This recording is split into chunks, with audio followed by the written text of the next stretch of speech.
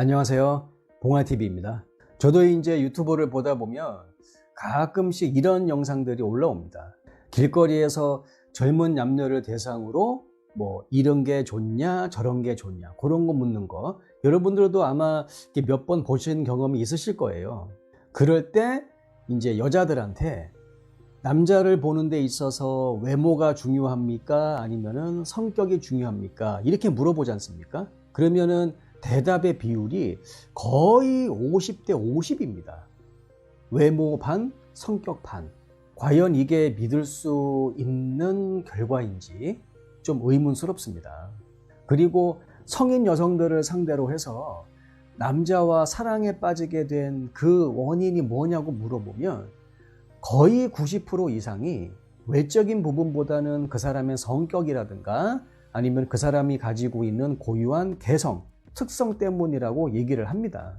이런 결과들을 우리가 신뢰할 수 있다면 결국 여자가 남자와 사랑에 빠지게 되는 데에는 외모보다는 내면의 그 모습이 더 중요하다고 말할 수 있을 것입니다. 하지만 정말 이것이 사실일까요? 진짜 여자는 남자 외모를 안 보는 겁니까? 여자 몸에다가 거짓말 탐지기를 부착을 한 상태에서 이렇게 물어봅니다. 남자를 볼 때 외모가 중요합니까? 성격이 중요합니까? 그러면 외모가 중요하다라고 말하는 비율이 성격보다 훨씬 더 많습니다.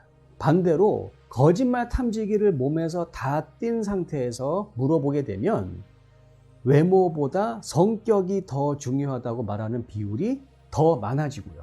거짓말 탐지기가 부착이 된 상태에서 외모가 중요하다고 말하는 이유, 그건 당연한 거죠. 괜히 아무것도 모르고 그래도 저한테는 남자를 볼 때는 저는 성격을 봐요. 삐! 아니 이래버리면 그게 여러분들 무슨 창피해요. 그렇잖아요. 거짓말 탐지기에 걸릴까봐 평상시에 자신의 속마음을 드러내 보인 겁니다. 결국 남자의 외모는요, 여자한테 굉장히 중요합니다. 그렇다면 이러한 여자들의 왔다리 갔다리 현상, 이러한 왜곡 현상이 생기는 이유는 무엇일까요? 이러한 현상을 두고 많은 전문가들이 이러한 해석을 주고 있습니다. 그게 뭐냐면 사회적인 규범, 그러니까 우리가 사람을 볼 때 외모보다는 내면의 모습이 더 중요하다. 특히 여자들이 남자를 볼 때는 외적인 부분보다 능력이라든가 아니면은 기타 내적인 부분과 관련된 그러한 요소들을 더 높이 평가하는 것이 옳다 혹은 좋다라고 하는 이러한 사회적 규범이 여자들로 하여금 진짜 자신의 속마음, 그것에 대해서 솔직하지 못하게끔 방해한다라고 하는 그러한 해석을 주고 있습니다. 여러분 사실 사회적 규범이니 뭐니 하는데 결국 따지고 보면은요 그냥 남의 시선이라고 볼 수가 있는 거죠. 간단히 말하면 남의 시선을 의식해서 자신의 속마음을 어쩔 수가 없이 조금 감춰야 되는 그러한 어렸을 때부터의 학습, 그 학습의 결과가 지금 여자들로 하여금 자기는 남자를 볼 때 외모가 그래도 조금 좋았으면 좋겠는데 자꾸 그냥 사회적인 규범들이 아니야 남자는 능력이 더 중요하고 내면이 더 중요해 아니야 이러니까 자꾸 여자들로 하여금 진실된 속마음의 속에서 올라오는 그 사자후 그거를 꾹꾹꾹 누르게 만든다 그 얘기죠. 요새 보면은 연애에 어려움을 겪는 여자들이 저는 좀 잘 이해를 못 하겠어요. 왜냐하면 연애의 주도권이라고 하는 것은 여러분들 아시겠지만은 사실은 여자가 잡고 있는데 연애 자체에 어려움을 겪는 여성분들, 이게 나이가 적고 이렇게 많은 걸 떠나서 상당히 많은 것 같습니다. 제가 조심스럽게 추측해 보건데 결국 자기 자신한테 솔직해지지 못하는 그것이 지금 여자들로 하여금 정말 감정에 충실한 진짜 재미있는 연애, 그거를 방해하지 않나 저는 그렇게 추측해 보고 있습니다. 그러니까 사회적 규범이라고 하는 거, 어떤 후천적인 교육이 가능성이 높죠. 그러한 사회적인 규범이 남녀 사이에 끼어들어요.